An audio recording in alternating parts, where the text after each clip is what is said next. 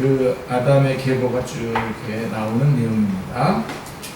자, 벌써 창세기 14번째 시간입니다. 저희가 짬짬이 중간에 저희가 원래 로마서 하다가 중간에 창세기가 들어왔는데 창세기가 지금 더 주류를 이루고 있습니다. 그래서 창세기 말씀을 좀 먼저 다 보도록 하겠습니다. 우리 화요일날 창세기로 영어 성경 읽기를 하고 있는 것과 관련되어서 먼저 창세기를 보는 게 좋다고 여겨져서 이렇게 보고 있습니다. 자, 우리의 모습, 자, 가인의 자손과 셋의 자손 이렇게 그런 제목으로 5장 32절까지 살펴보도록 하겠는데요. 자, 우리의 모습은 우리 조상 중 그 누군가를 빼닮았습니다. 불만이 있어도 어쩔 수 없습니다. 그렇죠? 주어진 것을 변경할 수는 없습니다. 자, 우리가 조상에게 받은 것이 유전자뿐이겠습니까? 성경에서 조상이 물려준 헛된 행실에서 대속함을 받았다라고 하는 말씀이 있는데 베드로전서 2장 18절이죠. 그런 말씀이 있는데 조상에게서 그릇된 행실과 언행도 물려받았습니다. 성격, 가치관, 삶의 방식과 태도 등도 물려받았습니다. 외모는 성령 수술을 해서라도 고칠 수 있지만 자, 이런 것들, 성격과 가치관이라든가 삶의 방식과 그 태도 같은 것들은 좀처럼 고쳐지지 않습니다. 여기서 구원을 받지 않고는 헤어나올 수가 없습니다. 자, 오늘 본문에는 가인의 자손과 셋의 후손이 대조되어 나오죠. 창세기 4장 16절부터 5장 32절까지인데요. 가인의 자손은 여호와의 앞을 떠난 가인을 통해서 그의 성격, 가치관, 삶의 태도와 방식을 물려받았습니다. 셋의 후손은 여호와의 이름을 상속받아서 여호와의 이름을 부르고 예배를 드렸습니다. 자, 성경 저자가 의도적으로 두 계보를 비교해 놓고 있습니다. 가인의 자손과 셋의 후손은 어떤 길을 가게 되겠습니까? 자, 4장 16절 17절 말씀을 근거로 해서 가인의 삶을 두 가지로 정리해 볼 수가 있겠습니다. 자, 먼저 가인은 여호와의 앞을 떠나 살았습니다. 예. 벌써 참 굉장히 그 어두움이 드리우죠.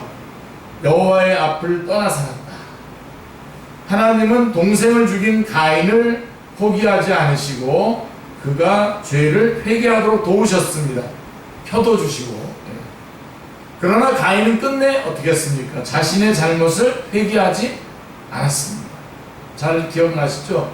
그래도 아담은 비록 핑계를 대었지만 자기의 다른 사람에게 그 죄를 좀 전가했긴 했지만 죄 자체는 인정도 하고 그랬지 않습니까?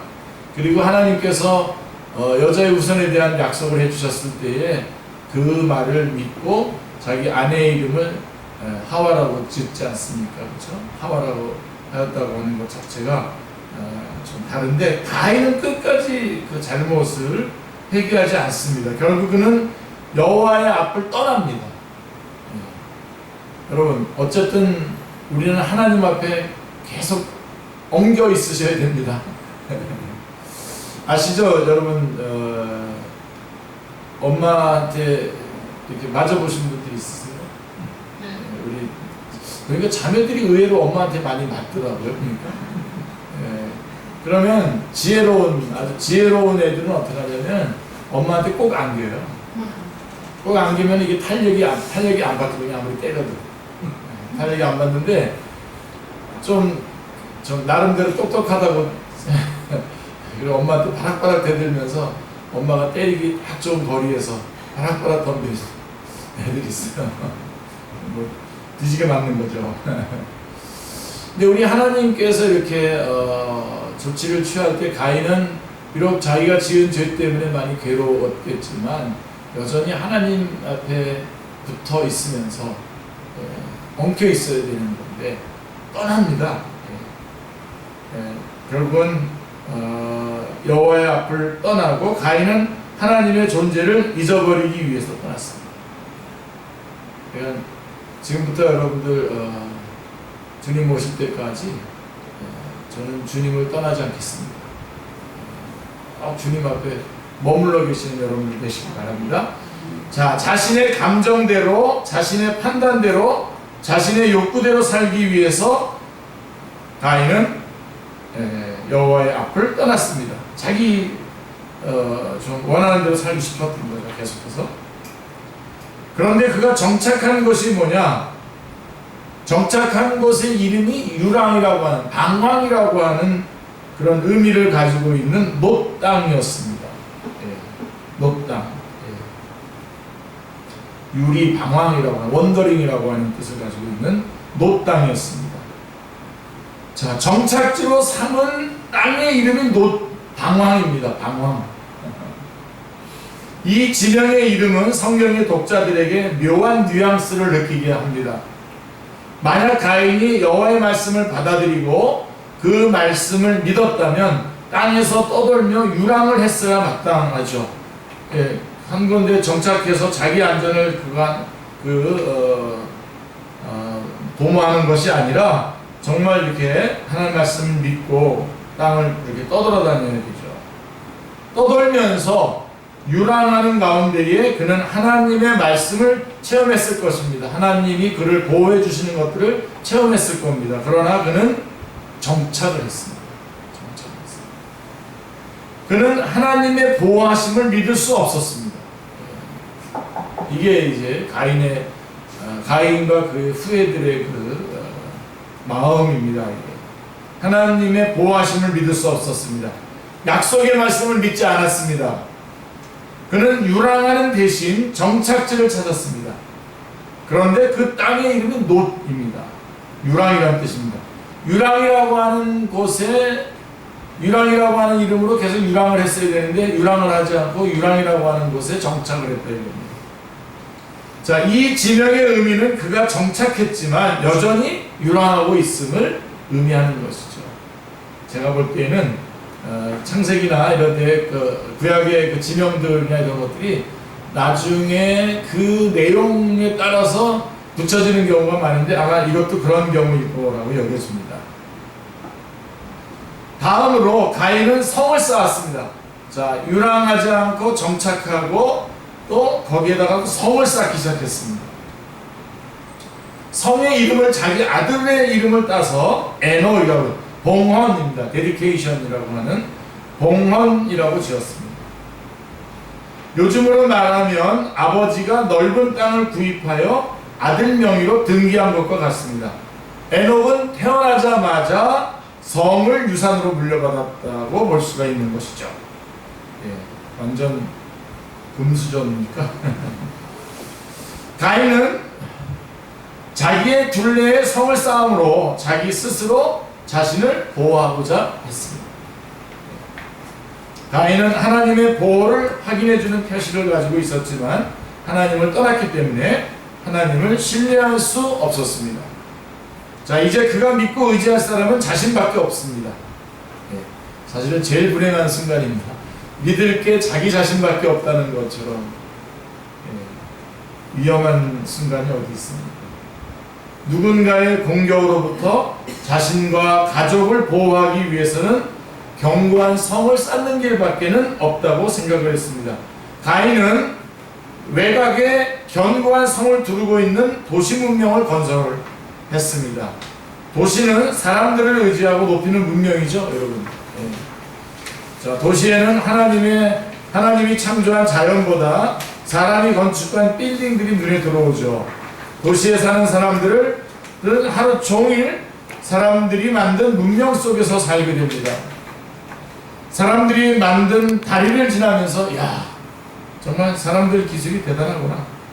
이런 곳에 다리를 다 놓다니, 이중으로 놓다니, 그러면서 감탄을 하죠. 사람이 만든 기계들을 보면서 야, 참 사람들 머리 좋다, 대단해, 정말 대단해 하면서 칭찬하죠. 자연스럽게 사람이 높여지고 사람에 대한 숭배가 생겨나고 그러면서 사람의 교만이 자라납니다. 이게 이제 문명이 이렇게 발전하면서 함께 사람들의 죄가, 사람들의 교만이 자라납니다. 사람은 무엇이든지 할 수 있는 존재라는 생각이 들게 돼요. 그러나 그 속에서 필연적으로 능력 있는 사람과 능력 없는 사람이 갈라지고 신분의 분화가 생겨납니다. 더 가진 자와 덜 가진 자의 차별이 생겨납니다. 사람 사이에 벽이 쌓이고 갈등이 생겨납니다. 성 안과 성 밖의 대립이 생겨납니다. 가인은 이러한 도시 문명의 창시자가 되었습니다. 그는 하나님 없는 문명, 하나님 없는 문화의 역사를 창조했습니다. 시작했습니다. 그것은 하나님의 복의 상징인 땅으로부터 단절된 문명이요 하나님보다 인간이 주의되는 문명이 되었습니다. 이렇게 가인으로부터 시작된 하나님 없는 문명은 그 후손들을 거치면서 계승 발전되게 됩니다. 그리고 가인이 이제 5대 선인 람에게서 절정을 이루게 됩니다. 가인의 후예들이 쭉 진행되다가 5대째 내려오면서 5대선 람에게서 절정을 이루게 되는데요. 4장 19절을 보면 라멕은 두 아내를 취합니다. 두 아내를 취했는데 하나의 이름은 아다고 꾸민 자라고 하는 뜻이고요. 아다요. 하나의 이름은 실라입니다. 그늘 보호자라고 하는 뜻입니다. 자, 원어 성경에 보면 라멕은 자신을 위하여 두 아내를 취했다고 했습니다. 자신을 위하여 두 아내를 취했다는 겁니다. 자신의 이기적인 욕망을 채우기 위해 두 아내를 취한 것입니다. 하나님은 원래 인간을 만드실 때 일부일처의 결혼제도를 세우셨습니다. 아멘. 네. 그것이 하나님이 세우신 창조 질서입니다. 그러나 라멕은 자신의 욕망을 따라서 자기의 욕심을 위해서 최초로 일부일처의 결혼제도를 무너뜨린 원조가 되었습니다. 그래서 이제 가인, 라멕으로 이렇게 이어지는 거죠. 라멕은 하나님의 창조 질서를 파괴했습니다. 자, 라멕이라고 하는 이름은 힘센 자라고 하는 뜻입니다. 압제자, strong youth, oppressor, oppressor라고 하는 뜻입니다. 라멕은 당시 고대 사회에서 매우 힘이 센 자였습니다. 힘이 센 자는 것이 분명합니다. 그러니 그를 중심으로 권력이 이렇게 집중되었을 것이죠. 그는 권력을 이용해 마음대로 자신이 원하는 여자를 취했습니다. 가인의 성에서는 육체적인 힘이 추앙받고 권력화되었습니다. 자, 아다는 야발을 낳았는데 그는 장막에 살면서 짐승을 치는 사람이 조상이 되었습니다. 자, 목축업의 시조가 되었고요.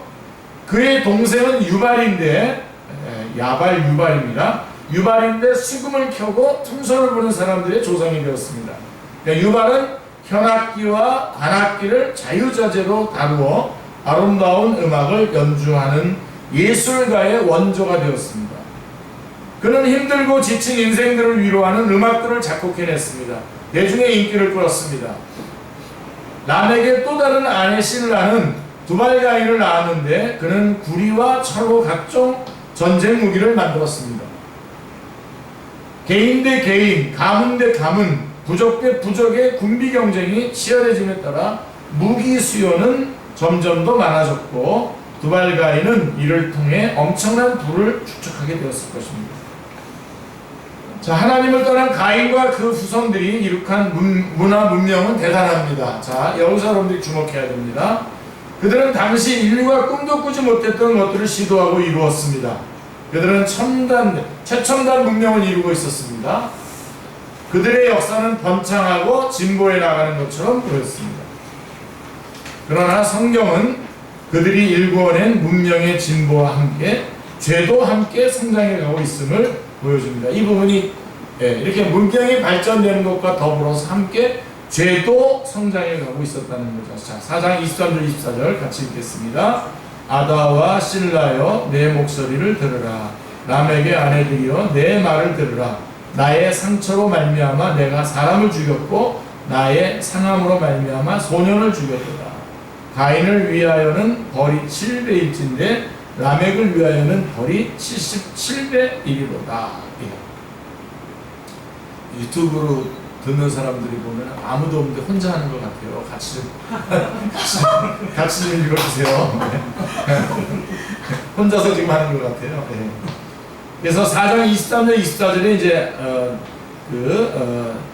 점점점 그 죄도 성장해가는 모습이 보입니다. 자, 라멕의 씨는 시적 기교와 운율 면에서 매우 뛰어납니다. 상당한 수준의 문학성을 보여줍니다. 그러나 그 속에 담겨있는 내용은 섬뜩한 살인과 굉장히 운율도 맞고 운율도 잘 맞췄고 모든 게 이렇게 잘 맞춰져 있는데 내용은 섬뜩합니다. 살인과 그 살인을 미화시키는 마비된 양심의 그 뻔뻔스러움, 그리고 하늘 높을 줄 모르는 교만입니다. 라멕의 씨는 하나님을 떠난 가인의 후손들이 매우 뛰어난 문명을 건설했습니다. 그럼에도 불구하고 그 속에는 사람의 생명을 함부로 죽이는 폭력성, 하늘 높은 줄 모르는 인간의 교만, 살인까지도 예술적 도구로 미화시키는 허위와 거짓으로 가득한 문명임을 보여줍니다. 자, 더군다나 창세기 저자는 라멕에게서 가인의 후손에 대한 역사를 끝냅니다. 끝나요. 여기서 라멕까지 이야기하고 난 다음에 셋의 후손의 이야기로 넘어가 버립니다. 셋의 후손의 역사와 비교해 볼 때 이 역사는 너무 짧게 기록되었습니다. 그리고 그들이 이룩한 문명은 노아 시대의 홍수 심판을 통해서 어떻게 됐죠? 다 사라지고 맙니다. 이렇게 만들어졌던 이런 그 문명들. 가인의 계보에 이어서 그것과 대조되는 계보가 등장하는데 바로 4장 25절에부터 보면 하나님은 가인이 죽인 아벨 대신에 다른 씨, 곧 셋을 주었습니다. 굳이 다른 씨라고 하는 말을 함으로써 이것이 창세기 3장 15절에 나오는 여자의 후손에 그 이어지는 씨라고 하는 것을 굳이 성경은 보여주고 있는 것을 보게 됩니다. 살인자 가인에 의해서 의로운 아벨이 살해될 때에 의가 불의를 짓밟고 의인의 삶이 허무하게 끝나버리는 것 같았습니다. 그러나 하나님은 죽은 아벨 대신에 셋을 주심으로써 희망의 역사를 이어가게 하셨습니다. 자, 4장 26절 같이 한번 읽겠습니다. 셋도 아들을 낳고 그의 이름을 에노스라 하였으며 그때에 사람들이 비로소 여호와의 이름을 불렀더라.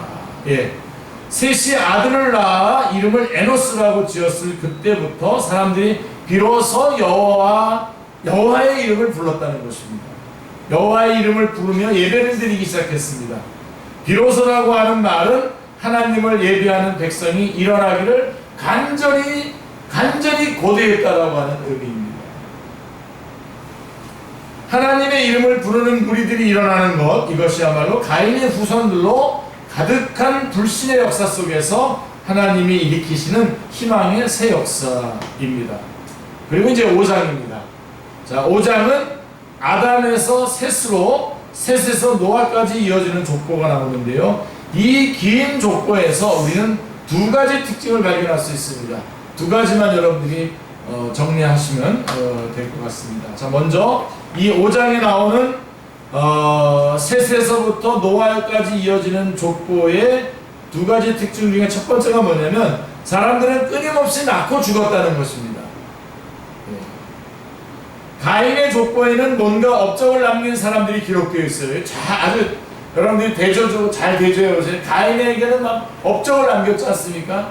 막 여러 가지 그런 그 관련된 예술계면 예술계, 아니면 또 다른 어떤 그런 분야에서의 아주 전문성을 띠고 뭔가 특별한 것들을 일으켜내는, 문명을 일으킨 그런 사람들이 나오지 않습니까? 그런데 자, 이 족보, 셋의 족보에서는 특별한 업적을 남긴 사람이 별로 없어요. 거의 전부 낳고 죽었어요. 낳고 죽었다는 기록입니다. 여러분들 여기서 좀 많은 위로를 좀 받으셔야 됩니다.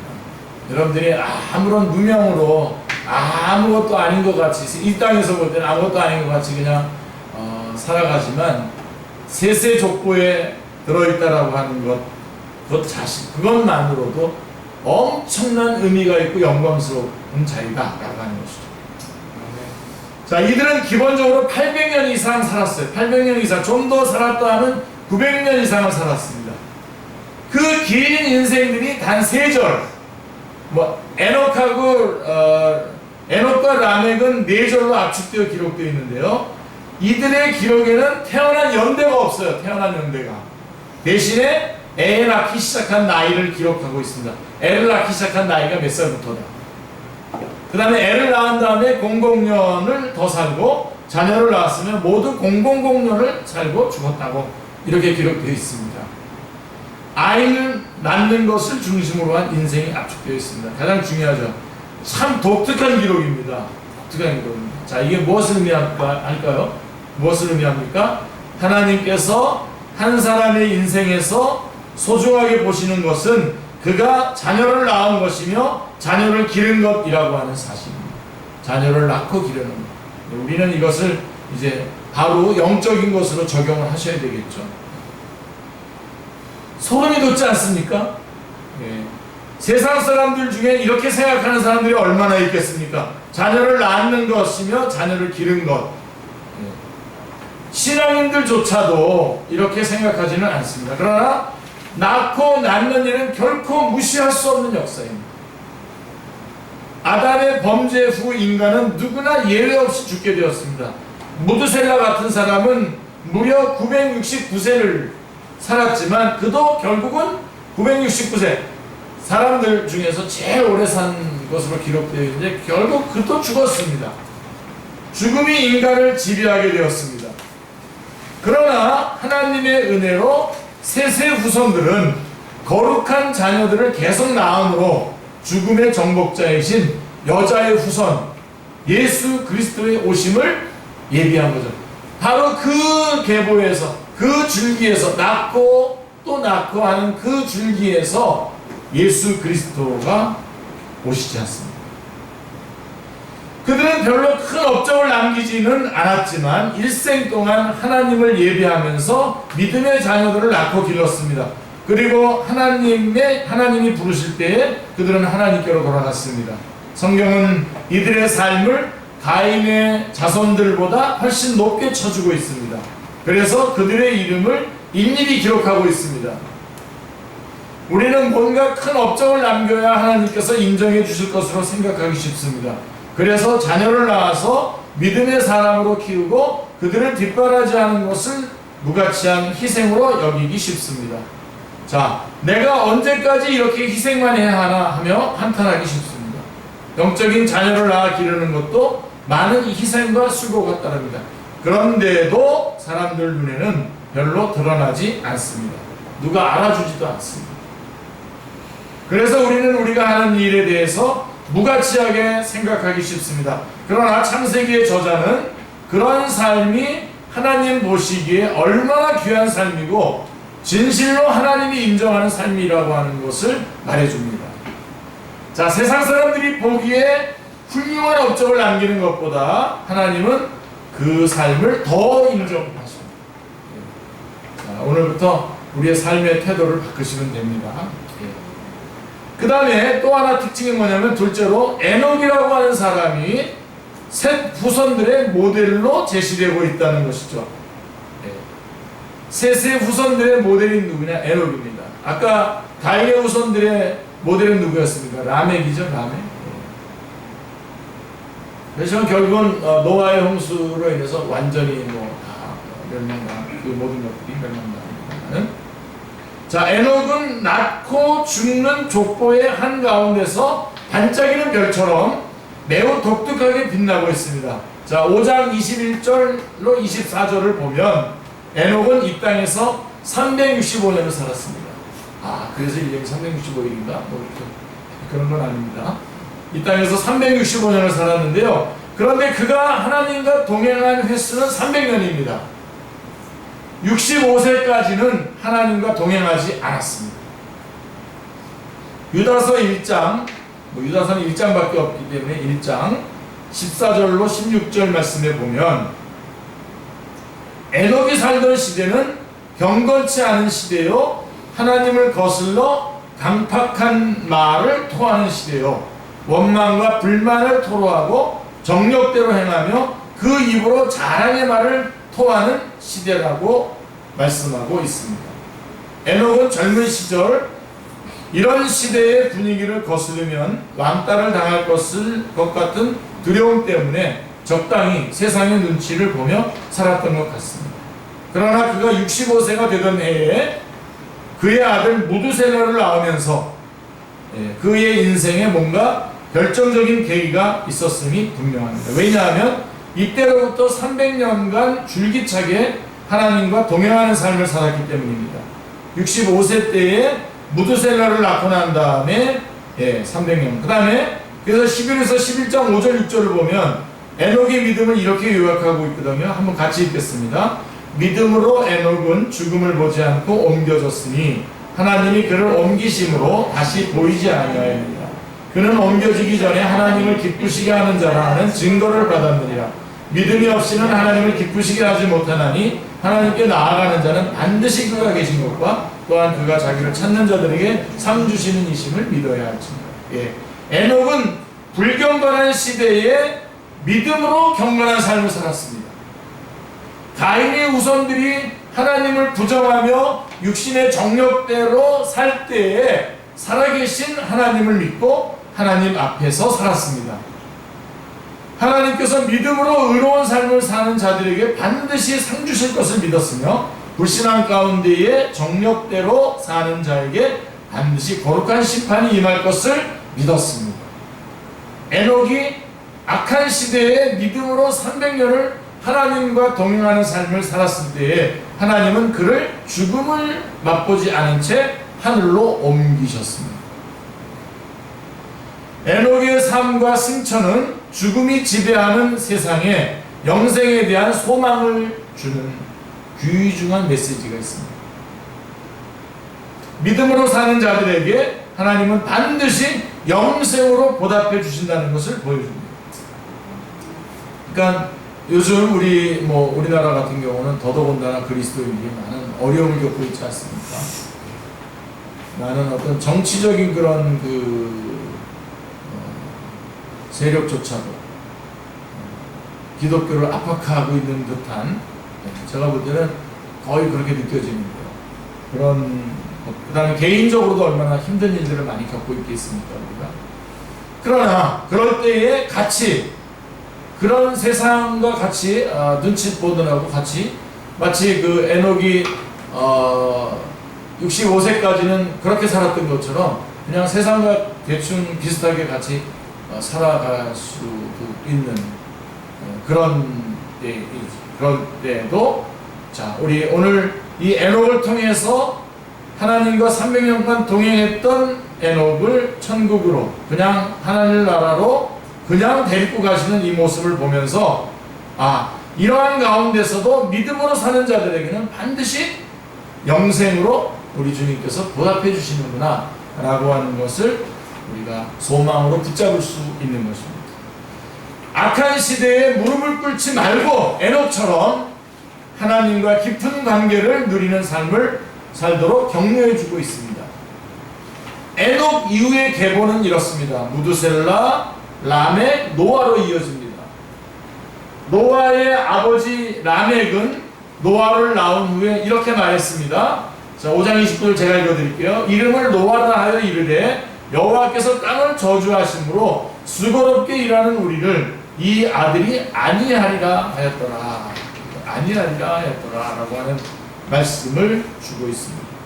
쉬운 성경으로 제가 좀 읽어드리면 노아는 하나님께서 저주하신 땅에서 수고하며 고통스럽게 일을 하는 우리를 위로해 줄 것이다. 죄로 저주받은 땅에서 먹고 사는 그 자체가 수고였습니다. 1, 20년이 아니라 몇백 년씩 이런 수고 가운데 있었던 그들은 하나님이 주시는 안식을 간절히 소망했습니다. 노아를 통해서 그러한 역사가 일어날 것을 내다보았습니다. 결국 노아 시대에 이 땅의 모든 것들은 홍수로 멸망받게 되고 결국 노아를 통한 셋의 후손만이 세상에 남게 되었습니다. 우리는 자손들에게 무엇을 유산으로 물려줘야 합니까? 자, 여호와의 앞을 떠난 삶을 물려줄 것인가? 여호와의 이름을 물려줄 것인가? 우리는 본문을 통해서 명확한 답을 얻었습니다. 성경은 말합니다. 너희가 알거니와 너희 조상이 물려준 헛된 행실에서 대속함을 받은 것은 은이나 금같이 없어질 것으로 된 것이 아니요 오직 흠없고 점없는 어린 양과 같은 그리스도의 보배로운 피로 된 것입니다. 예수님을 믿는 사람, 여호와의 이름을 부르는 사람은 조상이 물려준 헛된 행실에서 구원을 받습니다.